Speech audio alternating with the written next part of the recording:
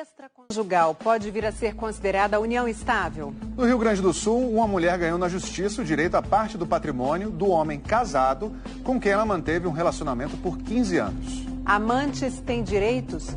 O assunto divide opiniões entre juristas e já chegou ao Supremo Tribunal Federal.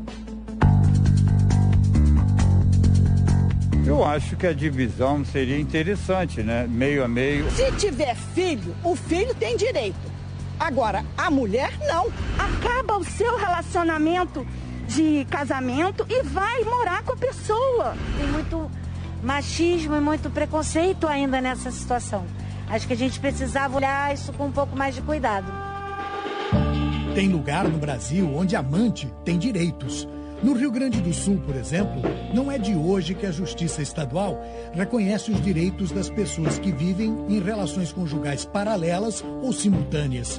No caso mais recente, uma mulher pediu o reconhecimento de união estável e sua parte dos bens depois da morte de um homem. Só que o falecido era casado com outra pessoa. Quando ele veio a óbito, eles estavam em viagem, em família, para comemorar o aniversário dele e o aniversário de casamento. Um casamento de décadas, né? Sim, são 34 anos, não são 34 dias. A minha cliente manteve uma relação ininterrupta de aproximadamente 15 anos com ele. Era uma união pública e era conhecida pela esposa e pelos 2 filhos do casamento. Se o falecido, certo, quisesse realmente dizer que ele tinha um relacionamento estável com uma outra pessoa, bastava ele ir no cartório fazer uma declaração de que ele estava separado de fato. Mas isso não aconteceu. Não aconteceu. Na primeira instância, o pedido foi negado, mas na segunda, o tribunal mudou a decisão. Ela passa a ter direito sobre todos os bens que foram adquiridos na constância da união. Eu não estou querendo dizer que ela não teve um relacionamento. Agora, um relacionamento estável é o que a gente não concorda. A sentença não foi unânime. 2 desembargadores reconheceram a união paralela ao casamento. O terceiro votou contra. Eu botei no meu voto lá, as mulheres não dividiram o marido durante a vida, mas não querem dividir o patrimônio depois. E o que a minha Câmara fez foi deliberar que, se as pessoas têm conhecimento das situações que estão vivendo e não se rebelam com essa situação, depois tem que gerar efeito patrimonial, sim. Não é questão de certo ou errado, se é uma questão religiosa ou não. É uma questão, tem patrimônio, vai ser dividido como? Eu não concordo.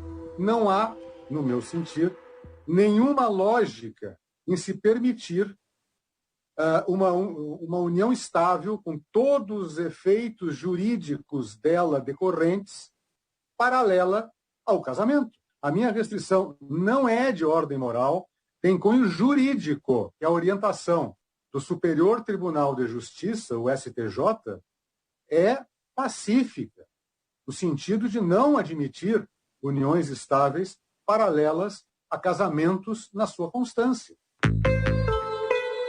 O senhor acha que a lei está atrasada na mudança para tentar acompanhar a evolução ou as mudanças de comportamento da sociedade? Eu acho que ela tem que se adaptar às situações que a vida nos coloca no dia a dia. Aí, se já houvesse uma legislação prevendo esse tipo de situação, a gente não precisaria estar fazendo todo esse esforço para dar alguma solução para as partes. De fato, as leis mudam de acordo com a evolução da sociedade. Até 1977, por exemplo, a mulher não tinha direito a se divorciar do marido no Brasil. A Constituição de 88 trouxe legitimidade aos filhos fora do casamento. Em 2005, o adultério deixou de ser crime. E em 2011, o Supremo reconheceu o direito de uniões entre pessoas do mesmo sexo.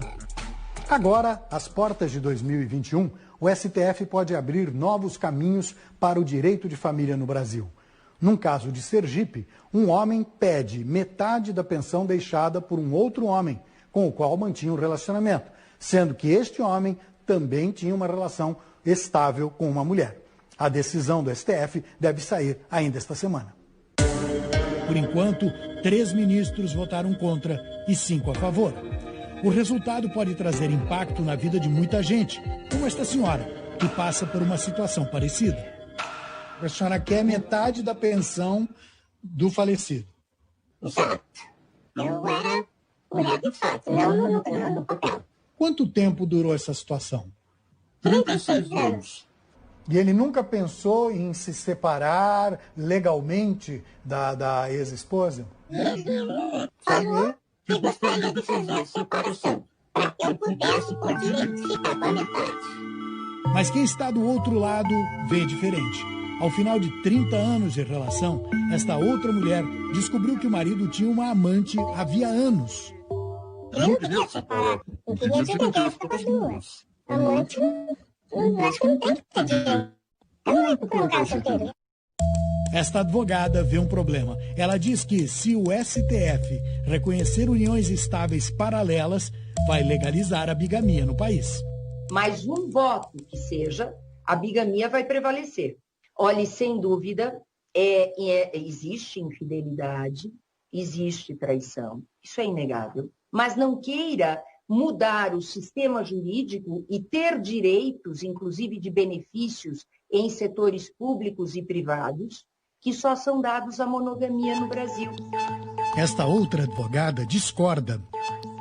A monogamia ela não está prevista em nenhum momento na nossa Constituição Federal. Se você procurar lá a palavra monogamia, você não vai encontrar. Para ela, não se trata de bigamia, mas sim de garantir direitos às pessoas que dedicaram a vida a uma relação.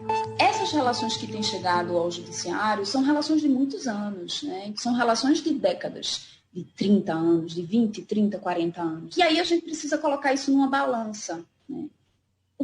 O que é que faz com que a gente escolha alguém para ser 100% beneficiado e outra ser 100% excluída? Porque existe aqui um impedimento que muitas vezes é cultural, que muitas vezes é moral. O Supremo Tribunal Federal deve decidir sobre a divisão de pensões nesta semana. A questão da partilha de bens também deve ser afetada. Enquanto a questão não é resolvida, fica o conselho do desembargador. Não há medida preventiva para resolver isso, tá? A não ser escolher bem a pessoa com quem se está casando.